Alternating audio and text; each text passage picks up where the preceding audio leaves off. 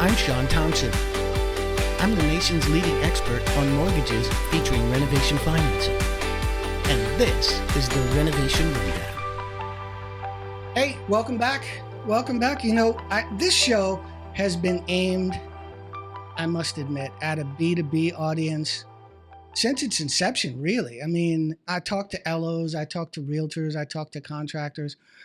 You know, in the show, I'm going to change things up a little bit today, and it's going to be a lot different. Trust me. Let me back up a little bit here because I'm going to give you some context before we get into the meat and potatoes of today, right? In 2023, as the data is coming in, about 5.5 million mortgages were originated. Stay with me here. 5.5 million units were originated. And that's an off year, and it's down 40% from the previous year, about 8.8 million, was 2022. We know we're having the off year. I don't need to cover that ground with you, right? But a laughably small amount of those mortgage units that were done include the money to customize, remodel, renovate, repair, estimated at somewhere around 19,000. Yeah, 19,000 into 5.5 million. Why? Are you kidding me? Are you telling me that there aren't hundreds of thousands of customers that could have benefited from mortgages featuring renovation financing on the house that they bought with a mint lime green kitchen of the future and shag carpet? Would I like it? What a dream. Imagine how wonderful it would be to live in a house like this. Just imagine. By the way, I thought it was illegal to sell a house without a granite countertop in 2024, to be honest with you, right? So considering the national average down payment is 14%, at national average first-time homebuyer down payment is 6%, we know that you're exhausting your savings on down payment and closing costs. Where are you getting the $50,000, $75,000 that Chip and Joanna told you needed for your kitchen, right? Where are you getting it? You're not. You're just living in the ugly kitchen, right? That's what's happening, right? So, and I think it's a challenge as the U.S. reaches $1 trillion in credit card debt. $1 trillion, right? So that's huge. As far as the customer is concerned, we know they're not being told the truth about what's available. And that's the problem, right? There's a bunch of different reasons. And I was going to go ahead and go through sort of the real estate pro reason, but I got a sense that I'll be able to get to that later in this episode. This is a problem that this podcast hopes to solution as we sort of switch things up a little bit. And to do that, I'm going to take a more engaging approach. Biggest difference being adding some new personalities to the show in an effort to widen the audience, because I know you're sick of looking at my face at this point, right? And I'm going to introduce, and I want to get your name right, Damarys Cover. Did I say it right? That's right. Damarys Cover. See, I said Damarys. Yeah. It's really Damarys. Damarys. Right, so you got to say it the right way. Make sure you pull up the mic so we have to get into this. Sounds good. I'm glad that you're here. I wanted to bring in, a different, you're not a loan officer. You're not in finance.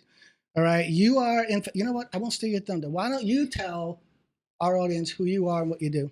Well, thank you for having me here, Sean. Damarys Cover, real estate agent. I am a residential real estate agent, normally working in the Metuchen, Woodbridge, Edison area. I focus... Which is Central Jersey, if you don't know that. That's right. Right? There is a Central Jersey, and you only live in New Jersey if you know there's a Central Jersey, right? Sorry, didn't mean to cut you off. That's right.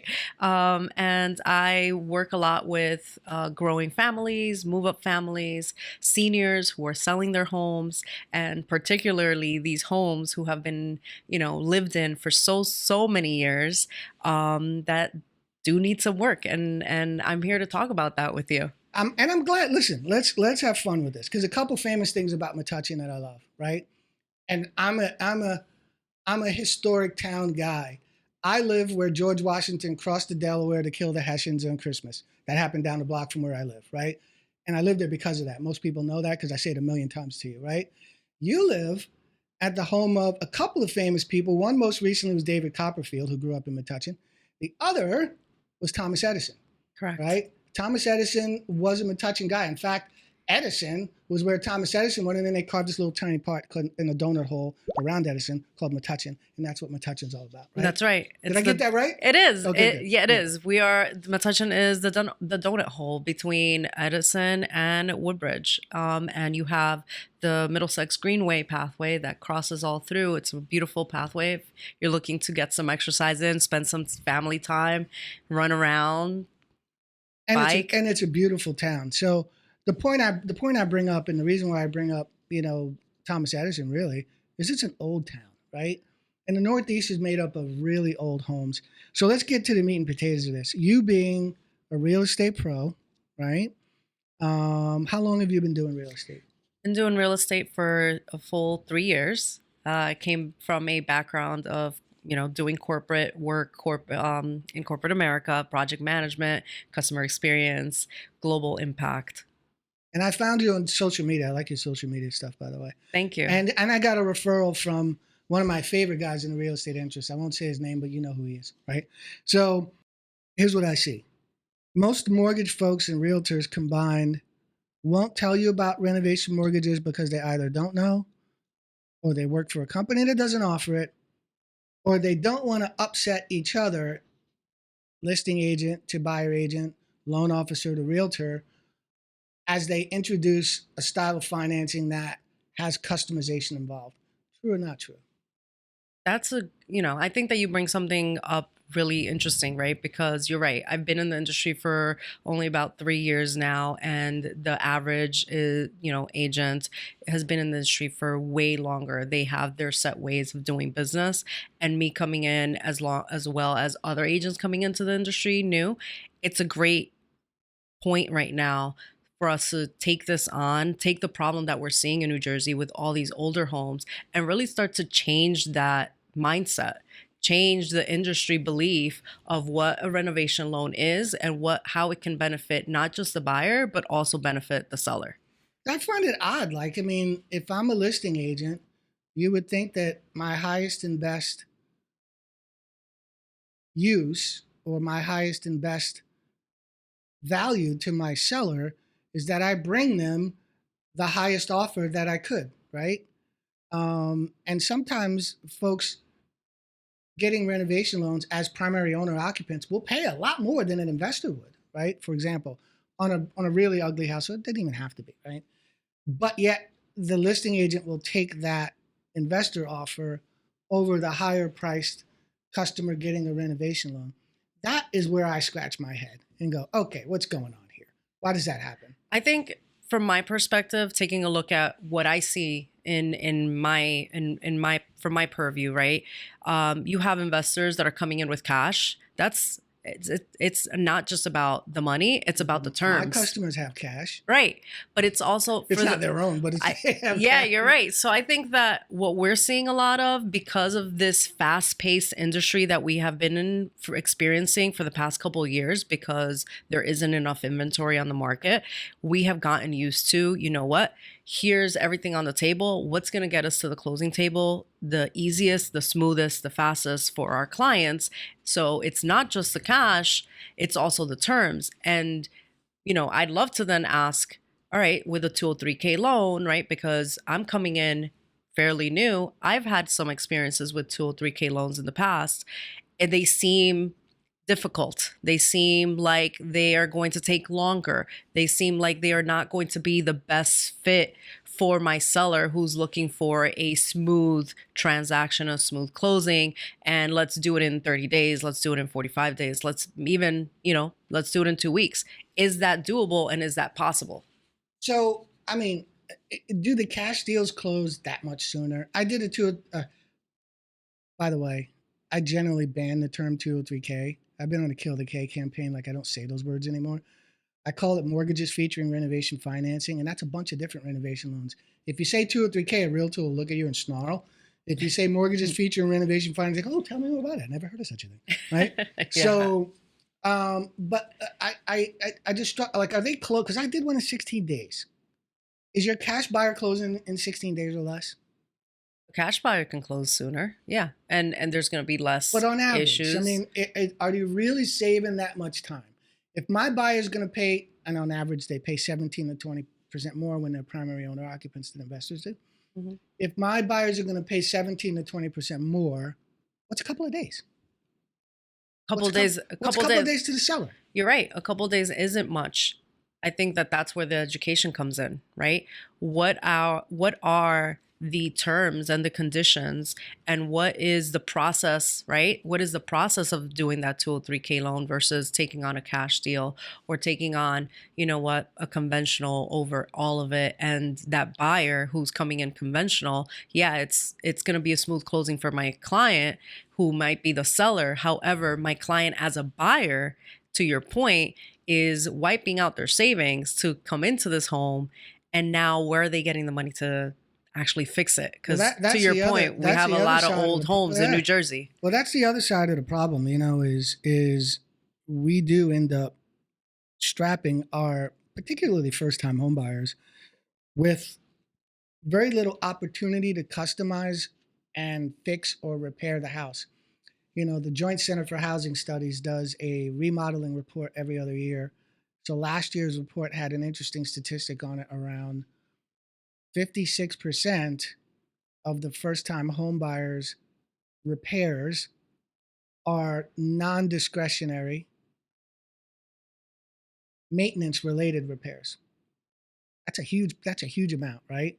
That means that, translated into English, after we sell a first-time home buyer their house and the roof goes, they have no way to pay for it because they have no money left, right? They have no way to pay for, or the HVAC goes or whatever else. And that's 56% of all of the improvements that happen with low to moderate buyers, right? So, we're not doing them a good service by not allowing them, in the way I ask this question when we start with mortgage interviews, the way I train loan officers is to ask the question, right? Are there repairs or improvements you're likely going to make within the first 2 years? And if the answer to the question is yes, you need to put them in now, right? I bought my first house in Piscataway a long time ago. I'm not going to tell you when. It's a lovely town. Yeah, I bought my first house in Piscataway, my wife and I. And I'm trying to find pictures of it because people don't believe me, right? I shit you not. The kitchen was pink cabinets. She hand painted with a brush. The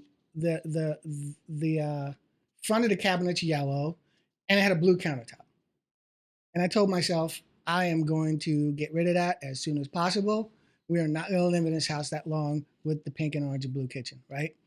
Fast forward 3.5 years later, we sold the house, made 120 grand on it. Same kitchen, never did anything to it, right? I never got the 50, 60, whatever it cost back then. I never got the money to repair it the ability to get it in one good chunk of money. It just never happened. It never happened. Yeah. So I hear a lot of stories about that. We're constantly patching the roof because it broke after we bought it, and there's a leak, and we never got through it, and it's going to take $10,000 to fix, and I don't have the money. Or we wish the basement was done. It's open right now. It's a cement basement. We could have had that done. My mother-in-law could be living here, but we're going to get around to all those repairs and customizations. Are add to the quality, of home ownership. And we deprive them of that. Yeah. We deprive them of that. I wouldn't disagree with you in the sense that we are coming into, accepting all these offers, seeing all these offers on the table where buyers for the past couple of years have seen themselves in a situation where they are taking the home as is. And as is means they're walking in with the home as it is. It's two of my favorite two words, by the way, as is. Yeah. And they've accepted those terms for the lack of inventory that there is trying to get into a home, trying to be a first-time homeowner. However, on the downside of that is, to your point then, where, the money that they need to fix that home for the quality of lifestyle that they're looking for is not there. And now they're spending years as well to try to get and repair that. It's unfortunate. And I think that this does lead to us trying to break that stigma of what a renovation loan is and how it actually helps our buyers not only get into home ownership, but get into home ownership and lead the quality of life that they're desiring that dream of actually owning a home that they can come into and feel proud of. There you go. Well, look, I always ask the question, like, maybe you can answer this for me. I always wonder, do realtors discern when the condition of the property, like they go to take a listing or someone calls them for a listing appointment? I'd like to list, because it happens like that. I'd like to list my house for sale, please. All right. And you get in your car and you go to drive to the house, because computers don't exist in my fictitious world right now. Okay. And you drive to their house. You don't look at it on the computer first. And you get there and you go, and it's beat up, right? Do they discern the difference, or does it not matter? You don't care. House is a house is a house. Beat up one or not. No, absolutely. I can, the same way that we look at homes on all the apps and all the internet sites that you can look at a home and you can see the pictures. One of the things that my clients immediately see that really pops out to them is, as a buyer, they're on these sites, and if there's only one picture of the house and it's the outside. Well, we know what time it is with that.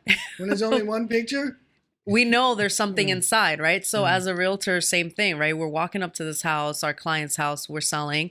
And yeah, of course we discern the difference between a home that's ready to move in and not. I guess my point is, do you take a different strategy? Obviously, if the house is in disrepair or it's just fantastically undesirable, right? You know, are agents thinking to themselves, I know how to do this? Because you end up with this little tiny audience on a house that, let's say, is in such disrepair or is so outdated, you know, that it's kind of hard to show to a move-in ready couple, right? Or person, right? Does the realtor start thinking, okay, I have an investor and that's that? Because these products open it up to everyone. You can sell any home in any condition practically to anyone, right? Are they thinking about that and saying no, or is that not even a thing, not even a thought? Okay, so I can't speak for all the other realtors out there. I can tell you that I personally do put everything on the table, because my job as a realtor to represent my seller, for example, is to give them all the options of who is possible to be able to buy their home, right? Who's going to come in here and buy this home in this condition, right? Whether it's move-in ready or not move-in ready. And by that, I have to let them know, okay, if your house is not in condition to sell, then who are we, in condition to move in right away, who are we going to sell it to? It's my job to try to get you as much visibility to all possible buyers. And that's where we need to widen that pool for our sellers, is by giving them these options of these buyers that can actually come in, buy the home and renovate it and live in it. So I'm a listing agent. I got a house in the market that in my MLS description, I put the acronym TLC in there, which we know means the house is ugly. You know, it's like cozy. What does that mean? Small, right? And I listed this house, and you're coming to me with a buyer with a renovation loan. How would you, because aren't I skeptical by nature of renovation loans? And how do you get over that?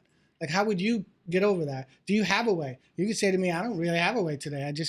Whoever the listing agent chooses to accept is what it is. I mean, well, I actually had a listing recently where they needed, the house needed work. And I put everything on the table for my sellers. I said, hey, this home needs work. This is your listing? Yeah, this was my listing in this case, right? This is what this house is going to require to get it up to date. This is why you're selling it and you're not fixing it and keeping it as an investment property. Mm-hmm. And having that conversation up front, preparing them for, this is how I'm going to market your home and this is who I'm going to market your home to. So we need to be prepared that these are the type of buyers that will come in to buy your home. And so it was, right? I was able to market the home specifically. Do sellers get offended when you say, hey, somebody's going to come in and they need to get a renovation loan because your house is all beat up? Well, we don't say it's beat up, right? Like we're not offending our clients here, right? I see these conversations going a totally different way. Yeah, it's definitely being honest and being open, right? They know where they're living and they know that maybe they did not update the roof. They did not update the kitchen. They didn't do any of these updates while they lived in it because they themselves possibly walked into a home that they were cash strapped. By the way, they know, the sellers know. They're hoping you don't tell them that they have to fix it in order to sell the house. Right. But that's where we then come in and say, here are the possible buyers for your home so that you don't have to fix it. Let the buyer fix it, but here's what they're going to need in order to make that appealing. I've always thought about that dynamic when we tell a seller to fix a house before they sell it. You got to get this in shape. You got to fix a couple things. What's the quality of that? Like when I was leaving my house and I was selling a house that I had, we lived in for 17 years. And the realtor was like, okay, you need new floors here, there, and there, and there. They probably weren't the floors that I would pick to keep for myself, right? They were definitely the floors that was the cheapest that made it look better. That was it. Yeah, it's it's a fine line between what you should invest in to that's going to give you your best return on investment. Gotcha. And time, right? Because if you're looking to sell your home soon, putting in new floors is not going to be the right move, right? Investing in floors is not going to be the right move. That's why we need buyers that are going to come in and see the vision of the house, see the good bones, so to speak, which is what everybody says. Oh, this house has good bones, right? It's got a good structure. It's located in a prime area. You're going to, put in 50 to 100K into the house, and you're going to see the value of the home tenfold, right? You're going to be able to live in it the way you want to live in it, live in the area you want to live in. And be a homeowner, whereas maybe, that new renovated home you can't afford, right, as a buyer. Wow, that I've seen that on an episode of Property Brothers once or twice. So look, I think this is going to be fun. I want to have you back often. We're going to talk about a lot of things. We're going to fix this problem, and we are doing this. And I'm going to use Damarys' help. Right? I said it right that time, right? Damarys, you can call me D. I can call you D. There you go. So just to bring this to the real estate community, we are going to watch you, and I don't mean this the wrong way when I say sort of get hip to what renovation lending is, how it helps you, how you can help your community and buyers, in real time for however long it takes. All right. So I'm happy that you're joining the Renovation Rundown, and she is. To kind of help me spread this message, and then you be the steward of the real estate community to talk to your peers about actually helping customers using renovation financing. Why don't you tell people where they could find you? Well, Sean, thank you so much. First of all, thanks so much for having me here. Mm-hmm. And I look forward to helping break that stigma of what it's like to buy a home with a renovation loan. You got the job. It's okay. Don't worry about it. I'm excited about that. And you can find me on Instagram at Damarys Cover, or on Facebook as well. I'm kind of on all the social media pages. You can look for me there. There you go. Well, once again, thanks for joining us, spending a little time with us. This is going to be fun. Stick around.